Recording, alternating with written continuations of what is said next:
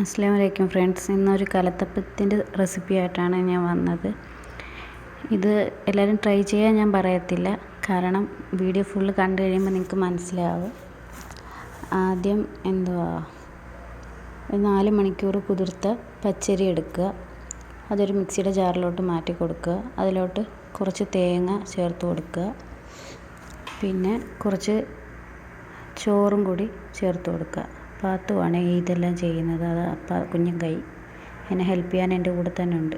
പിന്നെ അത് അരയാൻ ആവശ്യമായിട്ടുള്ള കുറച്ച് വെള്ളം കൂടി ചേർത്ത് അത് നന്നായിട്ട് അരച്ചെടുത്ത് വലിയൊരു പാത്രത്തിലോട്ട് ഒഴിച്ചതിന് ശേഷം ശർക്കര പാനിയാക്കി അത് ചൂടോടുകൂടി ഇതിലോട്ട് ഒഴിച്ചു കൊടുക്കുക. ഒഴിക്കുമ്പോൾ തന്നെ നമ്മൾ നല്ലോണം ഇളക്കിയേക്കണം.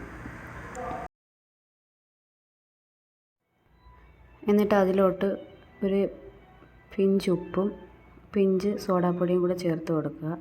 പിന്നീട് കുറച്ച് എൻ്റെ കയ്യിൽ നല്ല ജീരകത്തിൻ്റെ പൊടിയായിരുന്നു ഉണ്ടായിരുന്നത്, അതുകൂടെ ചേർത്ത് കൊടുത്ത്. പിന്നെ ഞാനിത് കുക്കറിലാണ് ഉണ്ടാക്കുന്നത്. കുക്കറിലോട്ട് ഒരു സ്പൂൺ നെയ്യും ഒരു 2 സ്പൂൺ വെളിച്ചെണ്ണയും കൂടി ചേർത്ത് കൊടുക്കുക.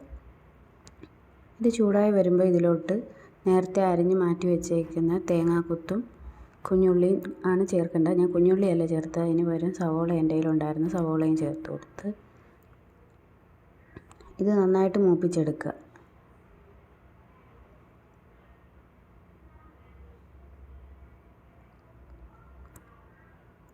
ഇത് നന്നായിട്ട് മൂത്ത് വരുമ്പം ഇതിലോട്ട് ആ ബാറ്റർ ചേർത്ത് കൊടുക്കുക ചെയ്തത്. ഇതിൽ നിന്ന് കുറച്ച് ആ ബാറ്ററിലോട്ട് ഇട്ട് മിക്സ് ചെയ്യണം. ഞാൻ അങ്ങനെ ചെയ്തില്ല. ഈ ബാറ്റർ നേരെ ഇതിലോട്ട് ഒഴിക്കുക ചെയ്തത്. എന്നിട്ടൊരു 10 മിനിറ്റ് വേവിച്ചാൽ മതി. വിസിൽ ഊരിയിട്ട് വേണം കുക്കർ അടയ്ക്കാൻ. എന്നിട്ട് പക്ഷെ ഞാൻ ഒരു 10 മിനിറ്റ് വേവിക്കേണ്ടതിന് പകരം 10 കൂടുതൽ നേരം അത് വെച്ച്. ഇനി എന്തുകൊണ്ടാണെന്ന് അറിയത്തില്ല, ആരൊന്നും എടുത്തില്ല. പക്ഷെ നല്ലോണം വെന്ത് നല്ല സെറ്റായിട്ട് നല്ല പഞ്ഞിയൂട്ട് വന്ന്. പക്ഷേ ഈ ആരെടുത്തില്ല അതെന്താണെന്ന് എനിക്കറിയത്തില്ല. മാത്രമല്ല കൂടുതൽ നേരം വെച്ചുകൊണ്ടായിരിക്കും എൻ്റെ കുക്കറിൻ്റെ അവസ്ഥ ഇതായിപ്പോയി, കരിഞ്ഞു പോയി. പക്ഷെ കരിഞ്ഞെങ്കിലും ആ താഴത്തെ ഭാഗം അതുപോലെ ഞാൻ ഇളക്കി കളഞ്ഞിട്ടാണ് വെച്ചേക്കുന്നത്. പക്ഷേ എങ്കിൽ സംഭവം കൊള്ളായിരുന്നു, കഴിച്ചെല്ലാവരും.